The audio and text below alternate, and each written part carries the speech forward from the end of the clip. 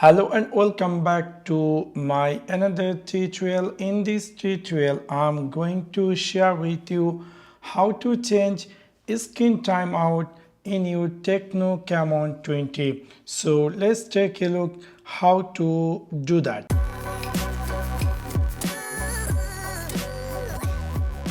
You might be recently bought this Tecno Camon 20 and you are wondering how to change screen timeout. For example, if you're keeping your phone while it's very fastly screen going to be timeout, which is really very annoying, and you are looking for how to change screen timeout in your Tecno Camon 20.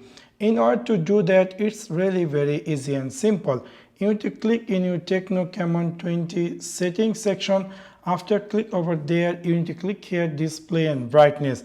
After click over display and brightness, scroll down and you will find something say screen timeout. From here you can easily choose 30 seconds to 10 minutes. So for example, if you choose here 5 minutes from now, if I'm keeping my phone while until 5 minutes, my screen not going to be off. So in this simple way you can easily change screen timeout in your Tecno Camon 20. So that's for now. Thanks for watching my video. See you next one.